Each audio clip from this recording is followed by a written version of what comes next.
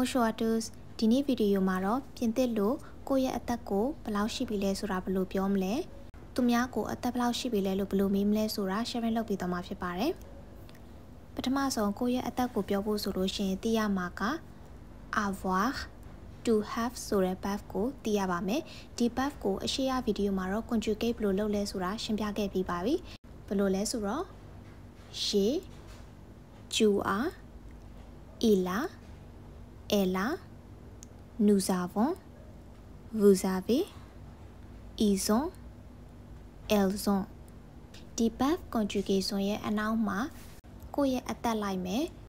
ကိုယ့်ရဲ့အသက်ကိုပြောဖို့ဆိုကိန်းကနန်းနေသိရတော့မယ်အဲ့ဒီကိန်းကနန်းတွေကိုလည်းအရှိကဗီဒီယိုမှာအပိုင်းနှစ်ပိုင်းခွဲပြီးတော့ရှင်းပြခဲ့ထားတာရှိတယ်တကယ်လို့ကိုယ့်ရဲ့အသက်နံပါတ်ကိုမပြောတတ်သေးဘူးဆိုလို့ရှိရင်အဲ့ဒီဗီဒီယိုနှစ်ခုကိုသွားကြည့်လို့ရတယ်နံပါတ်တွေကိုသိသွားပြီဆိုလို့ရှိရင်တော့ဒီနေရာမှာကိုယ့်ရဲ့အသက်နံပါတ်ကိုထည့်မယ်ပြီးသွားရင်အနောက်ကနေပြီးတော့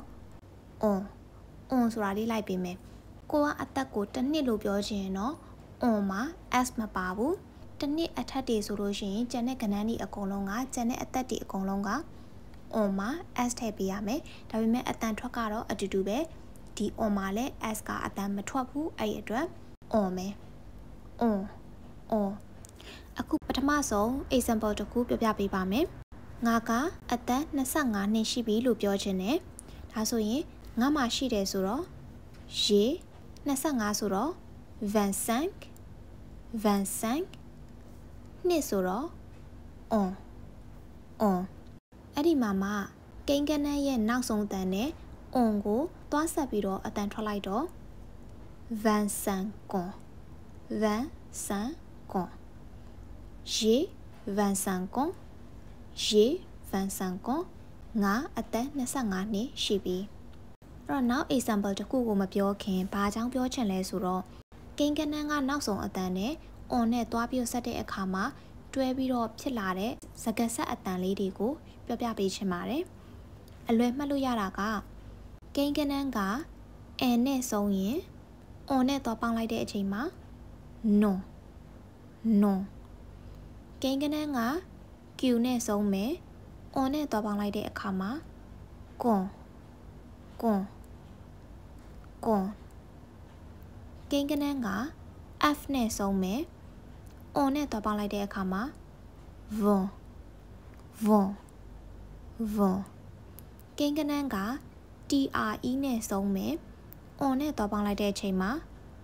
tron ကိန်းကနန်းက t နဲ့ဆုံးမယ်ဒါမှမဟုတ် te နဲ့ဆုံးမယ်ဆိုရင် on နဲ့သွားပေါင်းလိုက်တဲ့အချိန်မှာ ton ကိန်းကနန်းက s x z e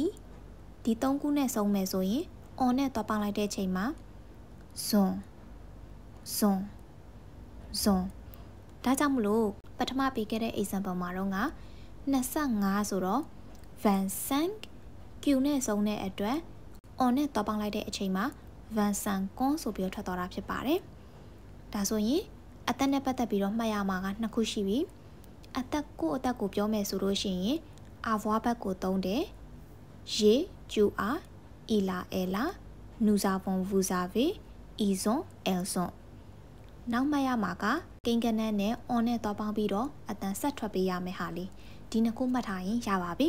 ဒါဆိုရင်ဒုတိယ example ကိုသွားကြည့်ကြမယ်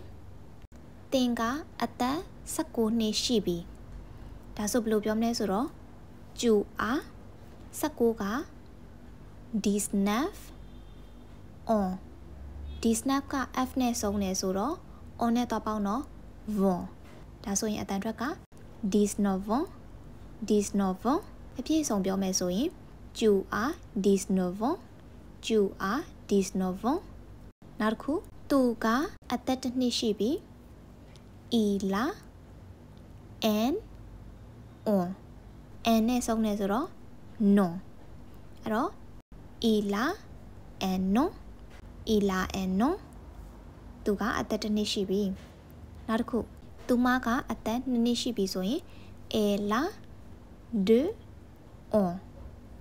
ဒုက s နဲ့ဆုံးတာဖြစ်တဲ့အတွက် deux ans Elle a 2 ans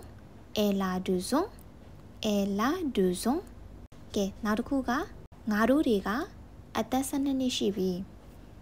Nous avons စနစ်က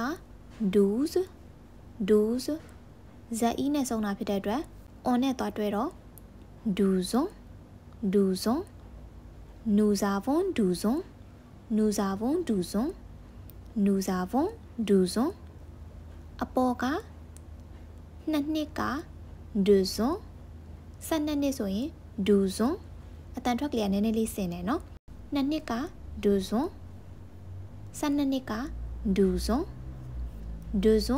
12 ans နောက်တစ်ခုငါတို့တွေကအသက်30ရှိပြီ Vous avez 30 ans 30 ကကိန်းကနန်းမှာက TE နဲ့ဆုံးတာဖြစ်တဲ့အတွက် 30 ans Vous avez 30 ans Vous avez 30 ans နောက်တစ်ခုသူတို့တွေကအသက်4နှစ်ရှိပြီ Ils ont 4 ans TRE နဲ့ဆုံးတာဖြစ်တဲ့အတွက် ton ဆိုတဲ့အတန်ထွက်မယ်အဲ့တော့ 4 ans Ils ont 4 ansနောက်တစ်ခုသူမတို့ကအသက်33နှစ်ရှိပြီဒါဆိုရင် Elles ont 33က 33 ans ကိန်းကနန်းက S နဲ့ဆုံးတာဖြစ်တဲ့အတွက် zone ဆိုတဲ့အတန်ထွက်မယ်အဲ့တော့ 33 ans Elles ont 33 ans Elles ont 33 ans အစကနေပြန်ပြောကြည့်ကြမယ် J'ai 25 ans Tu as 19 ans Il a 1 an Elle a 2 ans Nous avons 12 ans Vous avez 30 ans Ils ont 4 ans Elles ont 33 ans ကဲဒီလောက်ဆိုရင်ကိုယ့်အသက်ကိုဘယ်လောက်ရှိပြီလဲဆိုတာပြောတတ်သွားပြီအဲ့တော့သူများအသက်ကိုရောဘယ်လောက်ရှိပြီလဲလို့ဘယ်လိုမေးမလဲသူများအသက်ကိုမေးမယ်ဆိုလို့ရှိရင် informal အနေနဲ့ဆိုရင် Quel âge as-tu Quel âge as-tu Quel âge as-tu formal အနေနဲ့မေးမယ်ဆိုရင် Quel âge avez-vous Quel âge avez-vous အဲ့တော့ဒီမှာဆိုလဲ Quel âge ဆိုတာကအသက်ဘယ်လောက်မင်းမရှိလဲဆိုတော့ informal မှာဆိုရင် tu are ကိုပြောင်းပြန်လှန်ပြီးတော့ as-tu formal မှာဆိုရင် vous avez ကိုပြောင်းပြန်လှန်ပြီးတော့ avez-vous အဲ့တော့ quel âge as-tu quel âge avez-vous ဒီနှမျိုးနဲ့မေးလို့ရပါတယ်ဒါဆိုလို့ရှိရင်အသက်ဘယ်လောက်ရှိပြီလဲလို့လည်းမေးတတ်သွားပြီကိုယ့်ရဲ့အသက်ဘယ်လောက်ရှိပြီလဲဆိုတာလည်းပြောတတ်သွားပြီလို့ထင်ပါတယ်ဒီအကြောင်းအရာမှာမှတ်စရာရှိတာက2မျိုးပဲရှိတယ် English မှာလိုမျိုး I am 25 years old လို့သုံးတာမျိုးမဟုတ်ဘဲနဲ့သူက I have 25 years old လို့ပြောတဲ့ပုံစံဖြစ်ပြီးတော့ to have ဆိုတဲ့ avoir ဘက်ကိုသုံးပါတယ်ဒုတိယတစ်ချက်ကတော့ကိန်းကနန်းနဲ့ on နဲ့တွားတွဲတဲ့အခါမှာအတန်ကိုဆက်ပြီးတော့ထွက်ပေးရတယ်အတန်ဆက်ထွက်ဖို့အတွက်အနောက်ဆုံးကစကားလုံးလေးတွေကိုမှတ်ထားရမယ်ဒါလေးတွေသိရင်ရပါပြီအဲ့တော့ဒီနေ့ဗီဒီယိုကတော့ဒီလောက်ပါပဲရှင်းပြတဲ့ထဲမှာနားမလဲတာမျိုးရှိသွားလို့ရှိရင် comment မှာချန်ထားပြီးတော့မေးလို့ရပါတယ်အဲ့တော့ဒီဗီဒီယိုကိုကြည့်ပြီးတော့နားလည်ပြီးဆိုလို့ရှိရင်လည်းအသက်နဲ့ပတ်သက်ပြီးတော့ example တစ်ကြောင်းလောက်စီ comment မှာလေ့ကျင့်ခဲ့သွားဖို့ recommend လုပ်ချင်ပါတယ်နောက်ထပ်ဗီဒီယိုမှာပြန်တွေ့ပါမယ်au revoir merci beaucoup